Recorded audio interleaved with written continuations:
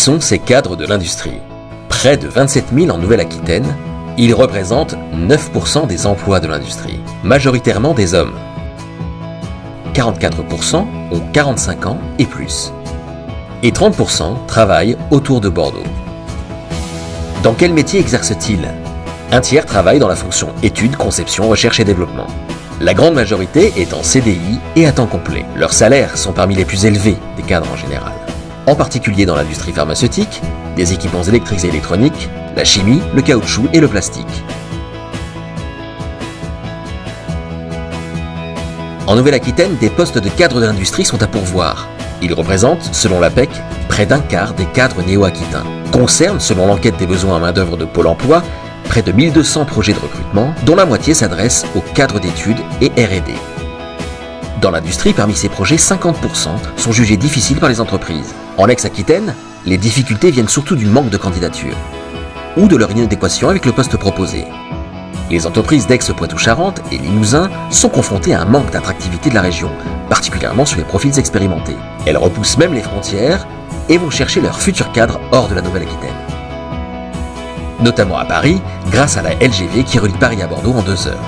Les employeurs apprécient particulièrement les compétences techniques, touchant par exemple aux activités innovantes, à la compétitivité et au respect des normes.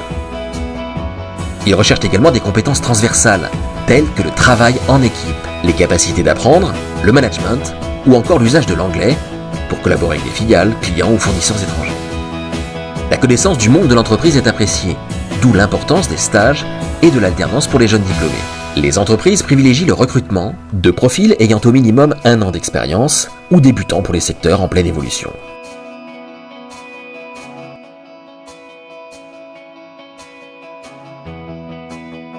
Les entreprises recherchent également des profils spécifiques et à haut potentiel. C'est pourquoi, en plus des canaux de recrutement traditionnels et des réseaux sociaux, des spécificités existent pour certains secteurs.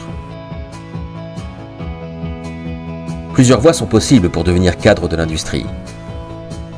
Par la voie scolaire pour les jeunes, par la formation professionnelle continue pour les salariés ou les demandeurs d'emploi.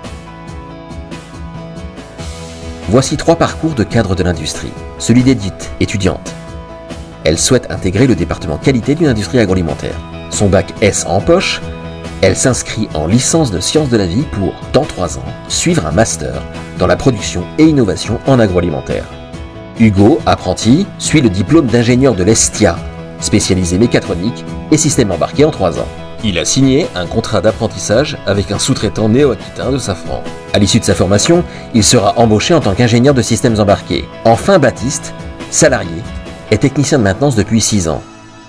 Pour remplacer son supérieur parti à la retraite, son entreprise l'accompagne dans l'obtention d'un CQPM, responsable d'équipe autonome.